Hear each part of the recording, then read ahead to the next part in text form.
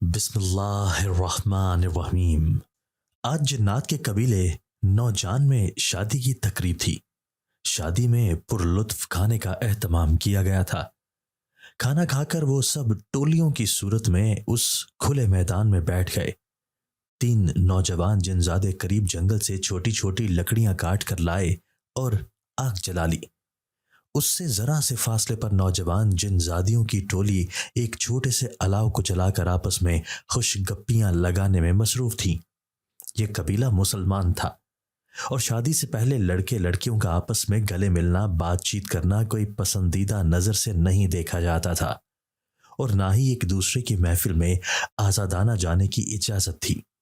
یہی وجہ ہے کہ وہ لڑکے لڑکیاں الگ الگ فاصلے پر بیٹھے ہوئے تھے۔ اچانک لڑکیوں والی سائڈ پر ایک بلند و بانگ کہکا سنائی دیا تو ان 3 دوستوں نے اس طرف نگاہ ڈالی اور معنی خیز نظروں سے پھر ایک دوسرے کو دیکھا۔ اسی دوران ایک بار پھر کہکا بلند ہوا تو عمرو انتہائی دلچسپی سے اس لڑکی کی طرف دیکھنے لگا جو مسلسل منہ پر ہاتھ رکھے ہوئے ہنسے جا رہی تھی۔ یہ اس کی چچا زاد قزن جانا تھی جو ابھی کم سن تھی، لیکن جوانی کی دہلیز پر قدم رکھ رہی تھی اور اس کی غضب کی اٹھان تھی۔ ایک بار تو غیر ارادی طور پر نظر پڑی تھی، لیکن اب وہ اسے بار بار دیکھنا چاہ رہا تھا۔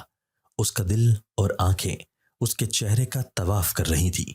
جمال اور کمال بولتے بولتے جب عمرو کی طرف متوجہ ہوئے اور انہوں نے اسے کچھ کہا تو عمرو کو سمجھ ہی نہ آیا کہ وہ اس کا کیا جواب دے، تو وہ اس پر بگڑنے لگے، لیکن وہ پھر اسی کیفیت میں ڈوب گیا اور ان سب سے نظر بچا کر وہ اسی ہجوم کی طرف مائل ہو گیا جو اب چہرے پر آئی بالوں کی لٹ ہٹاتے ہوئے زور و شور سے کسی بات پر بحث کر رہی تھی، اور عمرو کی نگاہ تو جیسے اس پر سے ہٹنے کا نام نہیں لے رہی تھی۔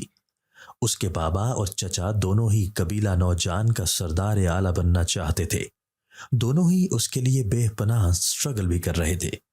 دیکھا جائے تو قبیلے کا سردار بننے کا پہلا حق عمرو کے بابا کا تھا، لیکن چچا نے اپنے بڑے بھائی کو سردار ماننے سے انکار کر دیا، اور ان کے ساتھ ساتھ ان کے حامیوں نے بھی ایسا ہی کیا، تو بات جھگڑے تک پہنچ گئی۔ قبیلے کے بزرگوں نے بیچ بچاؤ کر کے ان کے درمیان معاملہ ٹھنڈا کیا اور فیصلہ دیا کہ پنچایت بلوائی جائے اور اس میں فیصلہ کیا جائے کہ قبیلے کا سردار کسے منتخب کیا جائے۔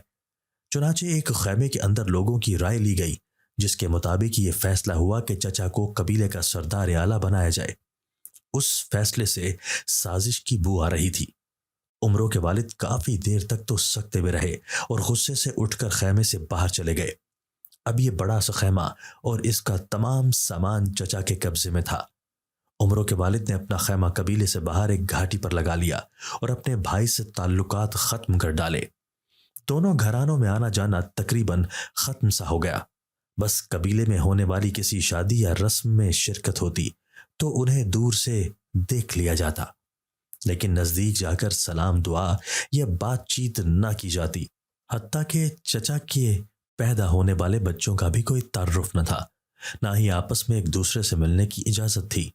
چچا کی صرف بیٹیاں تھیں، بیٹا کوئی نہ تھا، جس پر اس کے بابا کو امید تھی کہ انہیں ایک نہ ایک دن یہ سرداری مل ہی جائے گی۔ لیکن اب چچا ذات کزن کو دیکھ کر عمرو کو سرداری کا کوئی شوق نہیں رہا، بلکہ دل چاہتا تھا بس اسے ہر وقت دیکھتا رہے۔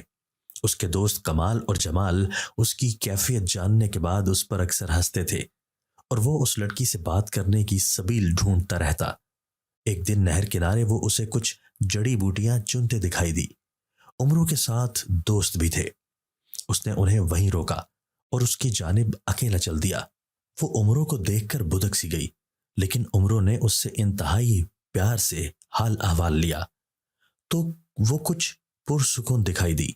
اس نے چچا اور چچی کی خیریت دریافت کی تو وہ حیرت سے اسے دیکھنے لگی، تو اس نے جلدی سے بات بنائی کہ میرا بڑوں کے معاملات سے کوئی تعلق نہیں ہے، میں اور امی آپ سب لوگوں کو بہت یاد کرتے ہیں۔ تو اس کی آنکھوں میں بھی ایک نرمی سی جھلکی۔ وہ پرشوق نگاہوں سے اس کی طرف دیکھنے لگا تھا۔ اس کے لمبے بال چوٹی میں گندھے ہوئے تھے، جس سے بالوں کی ریشمی لٹیں اس کے چہرے سے اٹکیلیاں کر رہی تھیں۔ وہ ان شرارتی لٹوں کو اپنی لمبی انگلیوں سے پیچھے کرتی تو عمروں نے اس کے چہرے پر آتی لٹیں ایک کلپ میں قید کر دی تو وہ ہنسنے لگی۔ مجھے بھی 2 ماہ بعد کچھ پاورز مل جائیں گی تو میں بھی ان کے ذریعے کمالات دکھا سکوں گی۔ اس نے کلپ پر ہاتھ رکھتے ہوئے پر یقین لہجے میں کہا، ضرور، تم بہت ذہین لگتی ہو۔ مجھے امید ہے کہ تم بہت جلد جادو کے کمالات میں عروج حاصل کرو گی۔ تو اس نے عمروں کی طرف گہری نظروں سے دیکھا اور پھر خدا حافظ کہہ کر آگے بڑھ گئی۔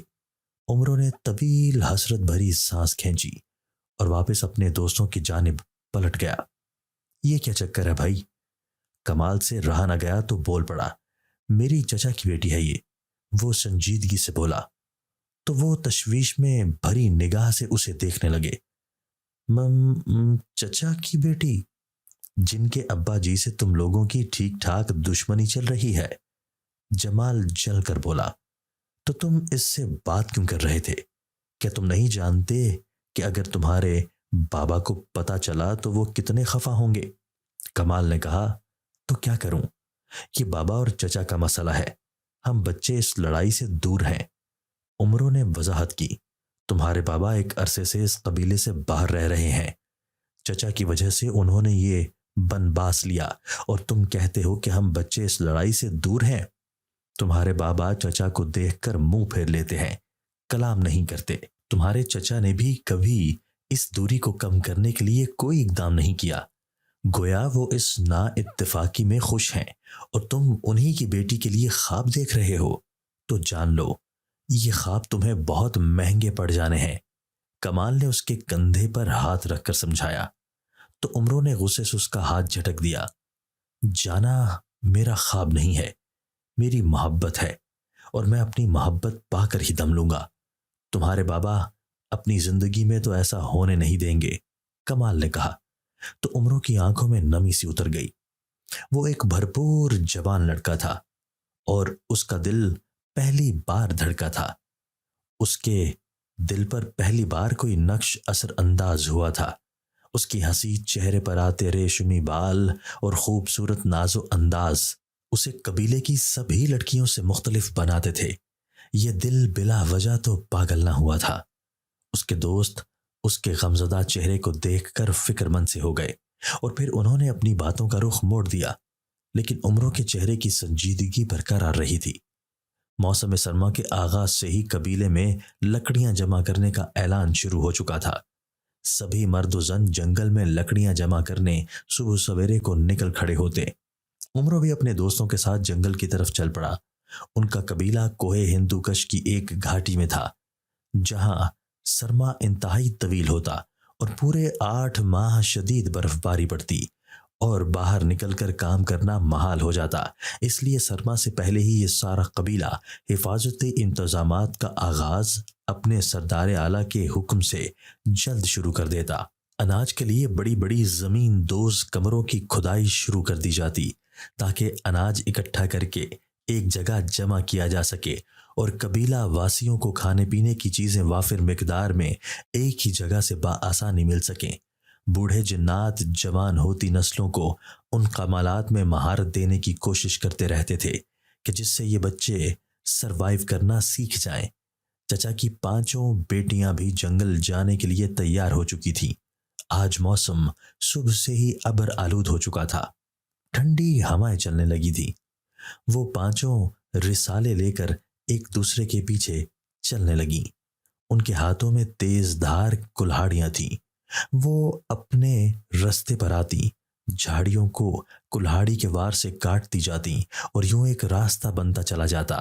وہ جنگل کے بہت اندر تک داخل ہو چکی تھی اور ایک جگہ منتخب کر کے وہ لکڑیاں اکٹھا کرنے لگیں کہ انہیں ایک عجیب سی بو کا احساس ہوا۔ ان کی چھٹی حس نے انہیں بیدار کر دیا۔ وہ سب سر اٹھا کر بو سونگھنے کی کوشش کرتی رہیں۔ وہ ایک دوسرے کی طرف پشت کیے ایک دائرہ بنا کر کھڑی ہو گئیں کہ انہیں 8-10 نیلی آنکھیں دکھائی دینے لگیں۔ جنگل کے اس حصہ میں ملگجا سا اندھیرا تھا، لیکن یہ نیلی آنکھیں اس اندھیرے میں عجیب طرح سے چمکنے لگیں اور پھر آہستہ آہستہ وہ سب زمین سے اٹھ کر ان بہنوں کے سامنے نمودار ہونے لگے۔ ان کے قد 7 فٹ سے بھی زیادہ تھے، ان کے چہرے بھیڑیے جیسے اور باقی جسم مردوں کی طرح تھے، اور ان کی دم بھی تھی۔ یہ ان کے دشمن قبیلے سے تعلق رکھتے تھے، جو اکثر ان کے قبیلے پر حملہ آور ہوتے اور بہت جانی و مالی نقصان پہنچا چکے تھے۔ پچھلے 3 سالوں سے انہوں نے غلیظ حرکات بھی کرنا شروع کر دی تھی کہ وہ نوجان قبیلہ کی صرف 9 عمر لڑکیوں اور کماری لڑکیوں کا شکار کرتے، یا تو ان کی عزت لوٹ لیتے یا پھر زیادہ خوبصورت لڑکی کو اٹھا کر اپنے قبیلے لے جاتے اور ان سے زبردستی تعلق استوار کر کے حاملہ کر دیتے، اور جو ہی وہ بچے جنتی انہیں ان کے قبیلے میں چھوڑ آتے۔ یہ اس بات کا پیغام ہوتا کہ ماضی میں جو جنگیں ہوئی تھیں ان کا انتقام اس طرح سے لیا جاتا رہے گا۔ قبیلہ نوجان اپنی اندرونی کمزوریوں، جھگڑوں اور رقابت کی وجہ سے ٹوٹ پھوٹ کا شکار تھا۔ اسی وجہ سے وہ اپنے دشمن قبیلے کے حملوں کا مقابلہ کرنے سے قاصر ہو گیا، اور اسی بات کا فائدہ ان کے دشمن خوب اٹھا رہے تھے۔ قبیلہ نوجان اپنی خوبصورتی کی وجہ سے بھی ان کے دشمنوں کے نشانے پر تھا۔ وہ یہاں کی خوبصورت عورتوں سے اپنی نسل حاصل کرنے کے لیے پاگل ہوئے جا رہے تھے۔ اسی وجہ سے ایک مخصوص گروہ کو ٹرینڈ کرنے لگے تاکہ ہر بالغ ہونے والی لڑکی ان کی پہنچ میں ہو، اور یہ حملے اکثر موسم سرما میں بڑھ جاتے۔ اس لیے قبیلہ نوجان نے لڑکیوں کو اپنی خود کی حفاظت کرنے کے لیے لڑنے کی ٹریننگ دینی شروع کر دی تھی۔ یہ 5 لڑکیاں بھی اسی ٹریننگ کی سند یافتہ تھیں۔ اپنے دشمن قبیلے کو ان کے چہروں اور سر پر نکلے لمبے ٹیڑھے سینگوں سے پہچان کر یہ لڑکیاں ایک دوسرے کی پشت سے لگ کر اور اپنی تلواریں ہاتھ میں نکال کر لڑنے کے لیے تیار کھڑی تھیں کہ ایک دم سرخ آندھی چلنے لگی اور ریت اڑنے لگی۔ وہ اپنی آنکھوں اور چہرے پر سے ریتیلے تھپیڑے ہٹانے کے لیے تگ و دو کرنے لگی کہ ان کے ہاتھوں سے تلواریں چھوٹ کر گر گئیں، اور پھر ان کی آنکھوں کے سامنے یہ تلواریں اڑ کر ان سے دور جا گریں۔ وہ ان کو روکنے کے لیے ان کے پیچھے لپکیں تو ایک دوسرے سے کافی دور چلی گئیں، اور یوں وہ بھیڑیے نما مرد ان کے قریب آنے لگے تو وہ سب زور زور سے چیخنے لگیں۔ جب انہوں نے اپنے کندھوں پر 3 بہنوں کو ڈالا تو وہ بری طرح ہاتھ پیر چلانے لگی۔ پھر اچانک وہ غائب ہو چکے تھے۔ جانا اور اس کی بڑی بہن گوشان ایک دوسرے کی کمر سے لگ کر فوراً دفاعی انداز میں کھڑی ہو گئیں۔ ریت کا طوفان ہلکا تھا۔ وہ مسلسل مخصوص آواز میں سگنل قبیلے بھیج رہی تھیں۔ قریب ہی لکڑیاں کاٹتے عمرو اور اس کے دوست الٹ کھڑے ہو گئے اور اس طرف کان لگائے جس طرف آوازیں آ رہی تھیں۔ وہ فوراً وہاں سے اڑے اور جائے وقوع پر پہنچے۔ وہاں انہیں تو کوئی نہ دکھا، لیکن جانا اور گوشا دفاعی انداز میں کھڑی تھی۔ معاملہ سنگین نظر آ رہا تھا۔ اچانک گوشان دائیں بائیں دیکھنے لگی تو اسے عمرو اور اس کے دوست دکھائی دیے۔ بجائے ہماری مدد کرنے کے ہمارا تماشا دیکھ رہے ہو، لعنت ہو تم پر۔ اچانک وہ تلوار سونت کر اس جانب بڑھی جہاں وہ بھیڑیے نما مرد کھڑے تھے، لیکن عمرو اور اس کے دوستوں کو دکھائی نہیں دے رہے تھے۔ عمرو حیران پریشان نظروں سے گوشان کے جملے پر غور کرنے لگا کہ اچانک گوشان زمین پر گر گئی۔ اس کی ٹانگ اس بھیڑیے کے ہاتھ میں تھی اور وہ اسے چھڑانے کی تگ و دو میں کامیاب ہو گئی۔ وہ دوڑتے ہوئے جانان کے قریب آ کر کھڑی ہو گئی، کیونکہ وہ ابھی بہت چھوٹی تھی اور وہ یہ جان گئی تھی کہ ان مردوں کو اس میں دلچسپی نہیں ہے۔ وہ جانان کے گرد گھیرا تنگ کرنے میں لگ گئے ہیں، تو اس نے فوراً جانا کی حفاظت کرنے کا سوچا۔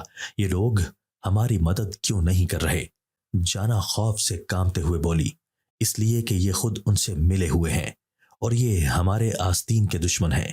گوشان نے دانت پیستے ہوئے کہا، کیا خبر مخبری ہوئی ہو اور اب یہ ہمارا تماشا دیکھنے پہنچے ہوں؟ گوشان بولی تو جانا نے جلدی نگاہ عمرو پر ڈالی جو پہلی نظر میں دل کو اچھا لگنے لگا تھا۔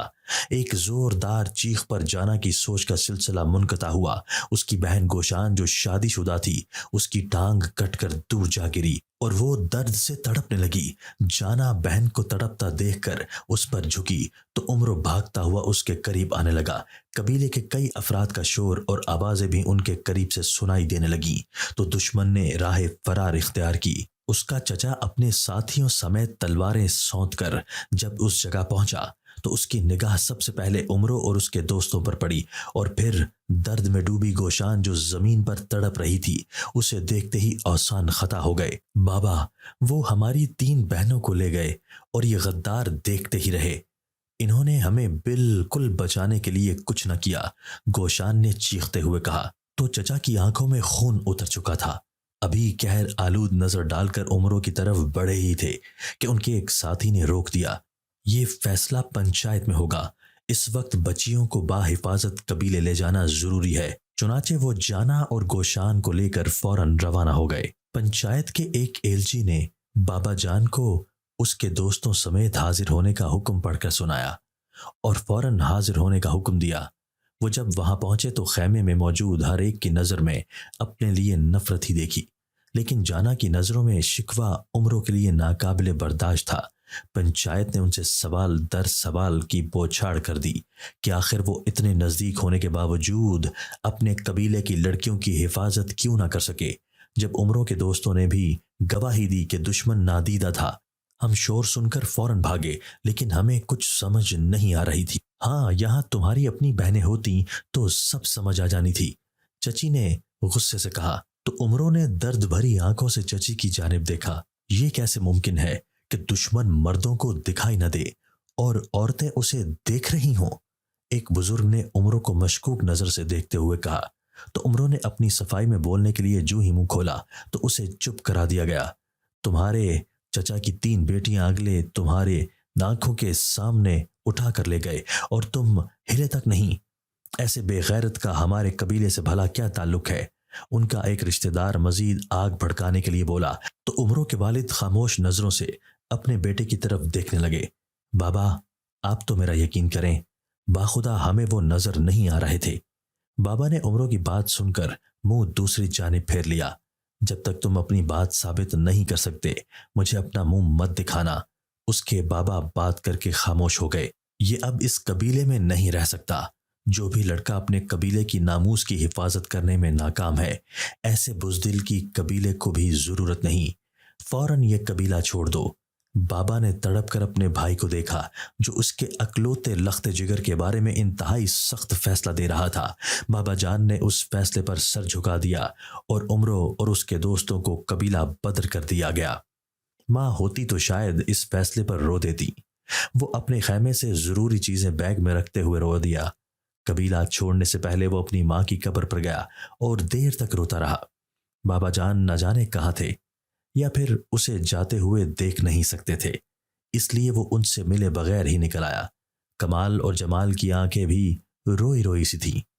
وہ یہاں سے سیدھا جس بستی میں پہنچے وہ ایک پہاڑی علاقے کے پہلو میں آباد تھی۔ یہ وادی دراصل چاروں طرف سے پہاڑوں میں گھری ہوئی تھی۔ انہوں نے ایک بڑے سے پتھر پر کھڑے ہو کر جب نیچے وادی میں جھانکا تو انہیں ایک بات بڑی عجیب لگی۔ ایک سرخ اینٹوں سے بنی حویلی سب سے الگ تھلگ کافی اونچائی پر بنی ہوئی تھی، لیکن باقی گھر نیچے وادی میں تھے۔ لیکن یہ حویلی سب گھروں سے منفرد اور اپنی تعمیر کی وجہ سے اعلیٰ شاہکار تھی، اور اس کے ہمسائے میں ایک چھوٹا سا عام سا گھر تھا جس کی چھت اس حویلی کے ساتھ جڑی ہوئی تھی۔ یہاں اس حویلی میں ایک سرخ میکسی میں ملبوس لڑکی چھت پر اکیلے کپڑے ڈال رہی تھی، اور ساتھ ہی ساتھ اس دوسری چھت پر کھڑی لڑکی کے ساتھ گپیں بھی لگا رہی تھی۔ یہ منظر کتنا فطری تھا۔ اسے اپنا قبیلہ یاد آنے لگا اور پھر خود پر لگے الزام پر اس کا دل تڑپنے لگا۔ اچانک اس حویلی کی چمٹی سے ایک نیلا سا دھواں نکلنے لگا اور وہ لڑکی دوڑ کر نیچے کی طرف بھاگی۔ وہ تینوں ہی اس منظر کو بہت دلچسپی سے دیکھ رہے تھے۔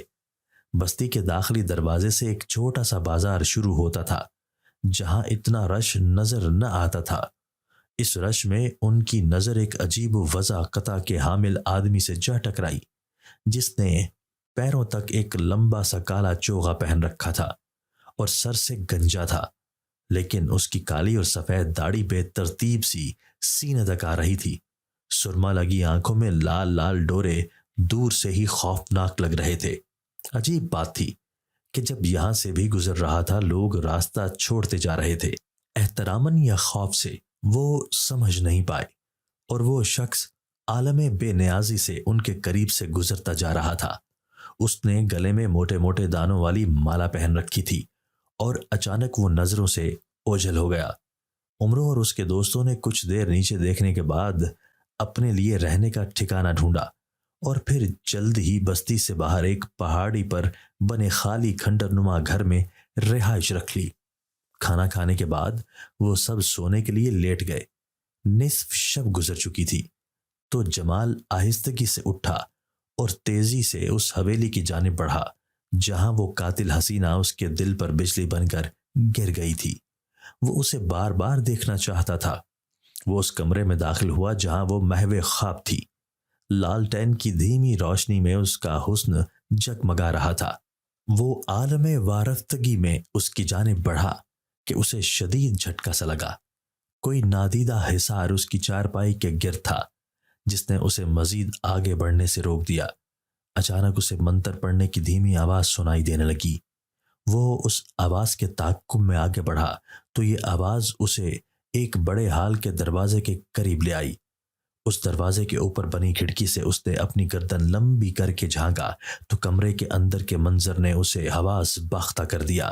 یہ وہی سر سے گنجا اور بے ترتیب داڑھی والا شخص تھا جو کالا چوغا پہنے ہوئے بازار میں نظر آیا۔ اس کے کمرے سے مرے ہوئے جانور اور خون کی بو کے بھبوکے آ رہے تھے۔ کئی جانوروں کے تازہ کٹے سر اور آنتڑیاں ارد گرد پھیلی ہوئی تھیں۔ کچھ انسانی کھوپڑیوں کے ڈھیر بھی لگے ہوئے تھے۔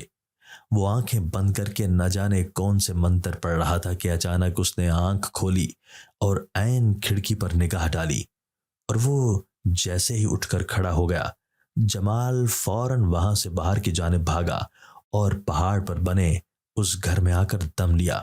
اس نے دیکھا کہ اس کے دوست سو رہے ہیں، اور پھر وہ کمرے سے باہر آ کر دیوار پر بیٹھ گیا اور پھر ایک جھٹکے سے وہاں سے اٹھا کیونکہ سامنے چھت پر وہی گنجا چڑھا ہوا تھا اور اس کا منہ اس پہاڑی کی جانب تھا۔ جمال نیچے بیٹھ گیا اور ایک سوراخ سے باہر دیکھنے کی کوشش کی تو اسے وہ شخص نیچے جاتا ہوا نظر آیا۔ یہ کوئی معمولی آدمی نہیں ہے جمال۔ عمرو نے اس کے کندھے پر ہاتھ رکھا تو وہ اچھل گیا۔ یار ڈراتے کیوں ہو؟ جمال خفگی سے بولا۔ کون ہے یہ؟ یہ بہت پہنچا ہوا جادوگر ہے، لہٰذا بچ کر رہو۔ ہماری طاقتیں آدھی ہیں، جب تک ہمیں پوری طاقت نہیں مل جاتی کوئی حماقت مت کرنا۔ عمرو نے اس کی آنکھوں میں آنکھیں ڈال کر تنبیہ کی۔ جمال اس وقت تو خاموش ہو گیا، لیکن وہ خطرے کے باوجود یہ طے کر چکا تھا کہ وہ ہر صورت اس آدم زادی کو اپنا بنا کر رہے گا۔ اس نے ان دونوں سے نظر بچا کر حویلی کی کڑی نگرانی شروع کر دی، خاص طور پر جادوگر کے گھر میں داخل ہونے اور باہر جانے کے اوقات کو اس نے نوٹ کرنا شروع کر دیا۔ تو اس کے علم میں جلد ہی یہ بات آ گئی کہ ہفتے کے 3 دن جادوگر پوری رات قبرستان میں گزارتا ہے اور ایک خالی قبر میں بیٹھ کر چلہ کاٹتا ہے، اور باقی کے 3 دن وہ صبح سویرے گھر سے نکلتا ہے اور مغرب کے بعد لوٹتا ہے، اور پھر وہ گھر سے باہر بالکل نہیں نکلتا اور نہ ہی کسی سے ملتا ہے۔ اب ہفتے کے 3 دن وہ اپنی دلربا سے نہ صرف مل سکتا ہے بلکہ چھو بھی سکتا ہے۔ اس خیال نے جمال کو انتہائی سرشار کر دیا کہ اب اس کی راہ میں کوئی رکاوٹ نہیں ہے۔ وہ بے تابی سے جادوگر کے گھر سے باہر جانے کا انتظار کرنے لگا، اور جو ہی وہ جادوگر اپنی حویلی سے نکلا تو پورے اطمینان کے ساتھ وہ حویلی میں داخل ہو گیا اور اس کو ڈھونڈنے لگا، لیکن وہ اسے کسی کمرے میں نظر نہ آئی۔ اچانک اسے دھیمی سرگوشیوں کی آواز چھت سے آنے لگی تو وہ فوراً چھت پر پہنچا، جہاں پڑوس کے مکان کی چھت جو حویلی سے ملی ہوئی تھی اور درمیان میں دیوار اتنی اونچی نہ تھی، اور وہ لڑکی اسی دیوار کے پاس کھڑی تھی جس کے دوسری طرف اس کی عمر کا ایک خوبصورت جوان لڑکا اس کا ہاتھ پکڑے سرگوشیوں میں بات کر رہا تھا۔ حیا کے بے شمار رنگ اس لڑکی کے چہرے پر پھیلے ہوئے تھے، اور یہ اندازہ لگانا مشکل نہ تھا کہ وہ دونوں ایک دوسرے سے بے انتہا پیار کرتے تھے۔ احتشام، ہم یوں کب تک چھپ چھپ کر ملتے رہیں گے؟ وہ اپنا نچلا لب دانتوں سے کاٹتے ہوئے بے بسی سے بولی۔ رانی، میں کیا کروں؟ میں تو چاہتا ہوں کہ آج سے کل نہ ہو، لیکن وہ اپنی بات ادھوری چھوڑ کر خاموش ہو گیا۔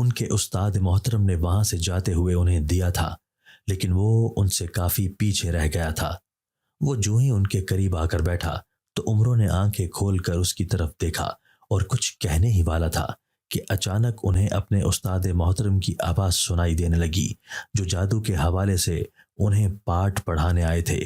تو وہ تینوں انتہائی دلجمی کے ساتھ اپنا سبق یاد کرنے لگے، اور جب کلاس ختم ہو گئی تو کمال اور جمال اٹھ کر باہر آ گئے۔ جب تمہیں عمروں نے منع کیا تھا تو تم دوبارہ حویلی میں کیوں گئے؟ کمال کے سوال پر جمال سیخ پا ہو گیا۔ تم لوگ کیوں ہر وقت میرے پیچھے پڑے رہتے ہو اور کوئی کام نہیں ہے تم دونوں کا؟ جمال نے چیختے ہوئے کہا۔ تو اس لب و لہجے پر کمال کو بھی غصہ آ گیا۔ تم جانتے ہو کہ ہم کس مصیبت میں پھنسے ہوئے ہیں، اور اس سے نکلنے کا صرف اور صرف ایک ہی راستہ ہے کہ ہم صرف اپنے کام سے کام رکھیں۔ یہ مصیبت بھی عمروں کی وجہ سے آئی ہے، ہماری کوئی غلطی نہ تھی۔ جمال منہ بناتے ہوئے بولا، بکواس بند کرو، یہ کیسی باتیں کر رہے ہو؟ کمال نے اسے جھٹکا۔ تو کیا غلط کہہ رہا ہوں؟ کیا یہ درست نہیں ہے؟ اگر ہم اس دن وہاں نہ جاتے تو اس مصیبت میں نہ پھنستے۔ اگر اس دن تمہاری بہن مصیبت میں ہوتی تو کیا تم اس کو چھوڑ دیتے؟ کمال نے اس سے سوال کیا تو وہ بپھر کر بولا، خبردار تم نے اگر میری بہن کا نام لیا میں تمہارا منہ توڑ دوں گا۔ اور یہ کہتے ہی اس نے ایک زوردار جھٹکا کمال کو دیا تو وہ زمین پر جا گرا۔ پھر وہ زمین سے اٹھا اور اس نے ایک زوردار تھپڑ جمال کے منہ پر دے مارا۔ اب وہ باقاعدہ ایک دوسرے کو گالیاں دینے کے ساتھ ساتھ ایک دوسرے پر ہاتھ بھی چلا رہے تھے کہ اچانک عمروں نے ان کے درمیان بیچ بچاؤ کر کے انہیں الگ الگ کیا۔ یہ کیا ہو رہا ہے؟ تم لوگ آپس میں لڑ رہے ہو، تبھی تو دشمن فائدہ اٹھاتا ہے۔ عمروں نے دونوں کو ڈانٹا اور پھر ان دونوں کو حکم دیا کہ وہ ایک دوسرے سے ہاتھ ملائیں اور گلے ملیں، لیکن جمال عمروں کی یہ بات سن کر غصے سے باہر نکل گیا تو وہ دونوں ایک دوسرے کا منہ دیکھنے لگے۔ عمروں، مجھے ڈر ہے یہ کوئی گڑبڑ نہ کر دے، جادوگر مجھے کوئی بہت پہنچی ہوئی چیز لگتا ہے۔ کمال کی بات پر عمروں نے سر ہلایا۔ ہاں تم درست کہہ رہے ہو، اپنے دشمن کو کبھی بھی کمزور نہیں سمجھنا چاہیے۔ کاش یہ بات جمال کی سمجھ میں بھی آ جائے۔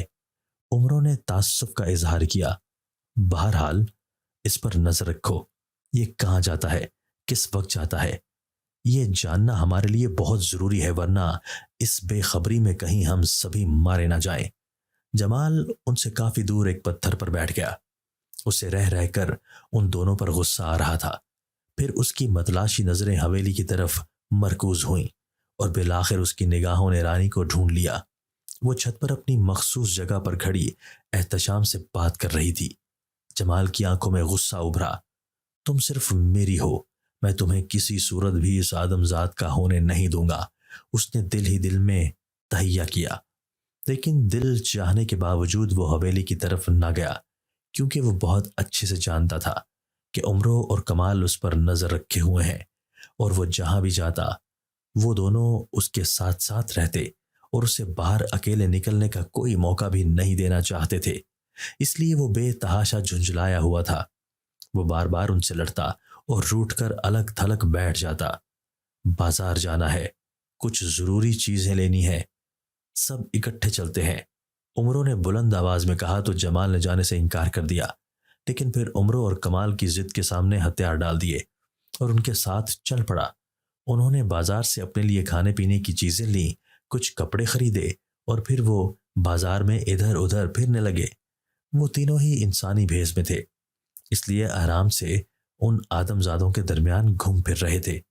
پھر انہیں شدید بھوک ستانے لگی تو قریب ہی ایک ہوٹل جانے کا ارادہ کیا۔ یہ ایک صاف ستھرا سا ہوٹل تھا۔ وہ کونے میں رکھی کرسی پر جا کر بیٹھ گئے۔ ابھی بیٹھے چند سیکنڈ ہی ہوئے تھے کہ انہیں ایک عجیب سی بے چینی نے آ گھیرا، اور پھر انہوں نے اس بے چینی کی وجہ جان لی۔ ان کے بالکل سامنے والی کرسی پر جادوگر بشام اپنے شاگرد داسو کے ساتھ بیٹھا تھا اور انہی کی جانب دیکھ رہا تھا۔ عمروں نے آہستہ سے کمال اور جمال کو اس بات پر توجہ دلائی، لیکن انہیں آہستہ آواز میں منع بھی کر دیا کہ پیچھے مڑ کر نہیں دیکھنا۔ انہیں کھانا جلدی ختم کرنے کا حکم دیا تاکہ وہ جلد از جلد یہاں سے نکل جائیں۔